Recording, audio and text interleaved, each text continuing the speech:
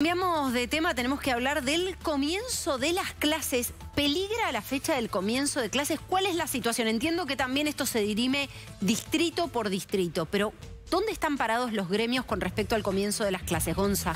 Caro, buenas tardes. Bueno, mira, el tema es así.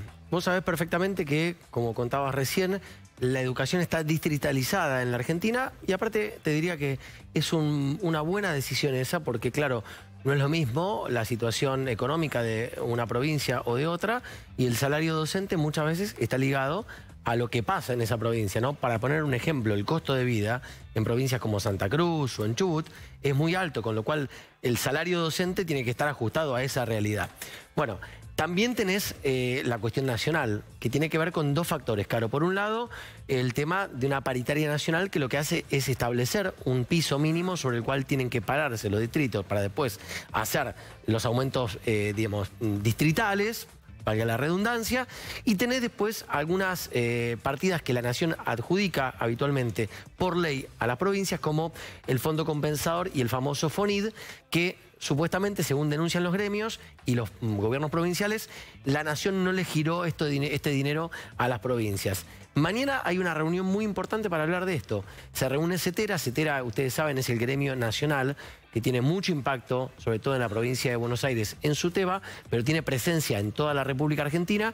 Y también, Caro, no solo el sindicalismo, sino que los distintos gobiernos provinciales han firmado una nota pidiéndole a la Nación que haga el envío de partidas como se venía haciendo por ley hasta el mes de diciembre, cuando se produjo el recambio de gobierno. Vamos a arrancar esta historia, Caro, escuchando la voz de Sonia Aleso, que es la titular de CETERA, que es la persona que encabeza este espectro gremial que es muy grande y que, como te decía, en la provincia de Buenos Aires incluye, por ejemplo, a un sector muy conocido por todos, que es el de SUTEBA, a cargo de Baradel. Pero CETERA es el paraguas general a nivel nacional que congrega a los principales gremios docentes de la Argentina. Esto dijo.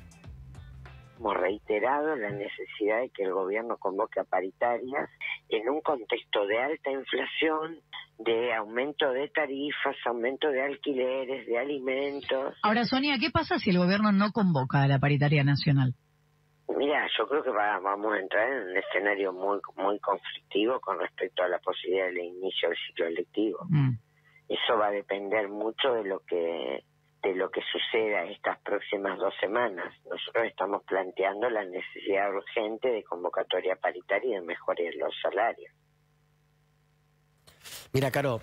Perdón, sí. Marco un paréntesis, ¿no? Contexto de alta inflación, una descripción del cuadro de situación que, sí, sin dudas, es cierto y es objetivo.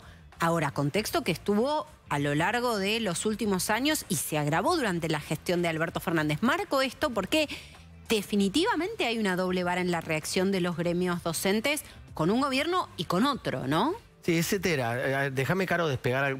Hay gremios que no están dentro de CETERA, digo, por poner, o no están en el espectro político. No, docentes que no se sienten identificados con los gremios.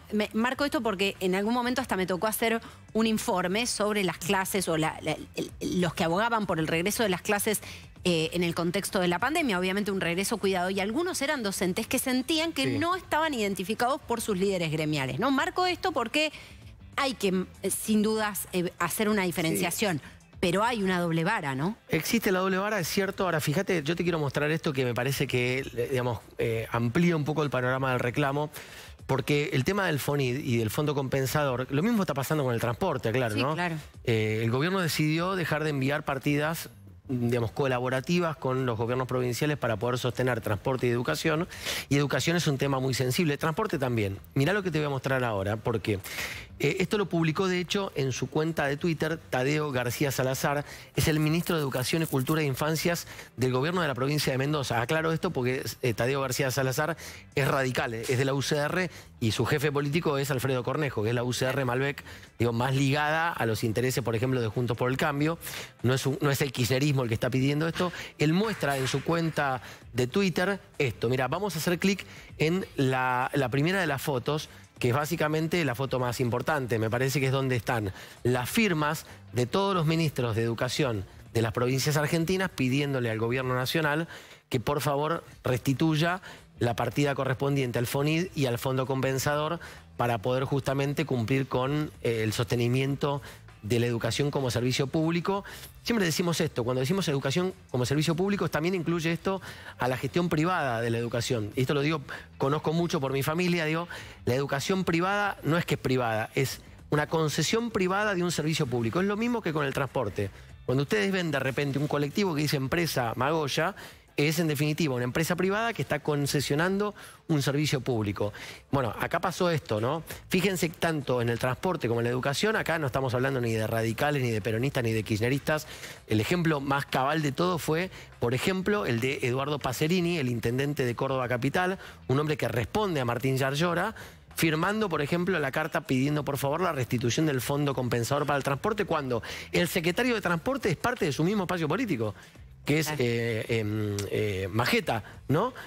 Mojeta, perdón, disculpen la confusión. Mojeta es un hombre que forma parte del peronismo cordobés de Yarlora y Schiaretti, y su propio compañero de partido, que es, o compañero de gestión, porque es el intendente de la ciudad de Córdoba, que hoy gobierna ese espacio de la política, está firmando también una carta. Acá, claro, está pasando algo muy parecido. Quiero marcar algo. Quiero marcar que una de las cosas que finalmente no sucederá es la declaración de, por ejemplo, la educación como servicio esencial. Marco esto porque bajo esa idea que tenía el gobierno estaría más restringida la posibilidad de hacer una huelga que paralice la actividad, por ejemplo, docente, durante un periodo X de tiempo, ¿no? Un comentario porque leí el fallo de la Cámara, acá, y coincido con vos. Lamentablemente ese capítulo está suspendido, el capítulo 4 del decreto, que incluye, como bien dice Caro, el hecho Digo esto para pensar en los chicos, ¿no? Para poner en perspectiva también a los chicos sin clases, ¿no? Lo que digo es que no fueron los gremios, la CGT presentó, es cierto, un amparo contra ese capítulo del decreto, que es el que, como bien dice Caro,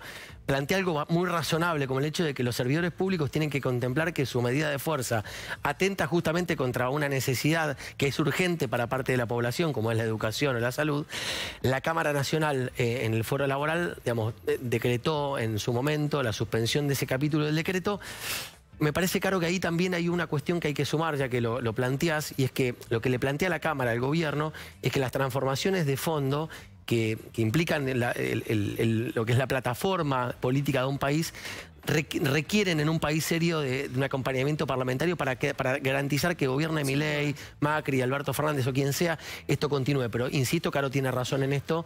El capítulo 4 incluía, por ejemplo, un artículo que, entre otras cosas, le planteaba a los trabajadores de la educación que si quieren hacer paro, por favor, que sea siempre con los pibes adentro del aula. Bueno, veremos qué pasa. Yo hace un rato la consulté a Sonia Leso, que es la titular de CETERA, me dijo que por ahora las cosas no van camino a un paro, pero que hay un reclamo que se le está haciendo a la Nación, concreto, acompañado por los gobernadores, que incluso muchos son del palo del gobierno, cercanos al gobierno. Sí.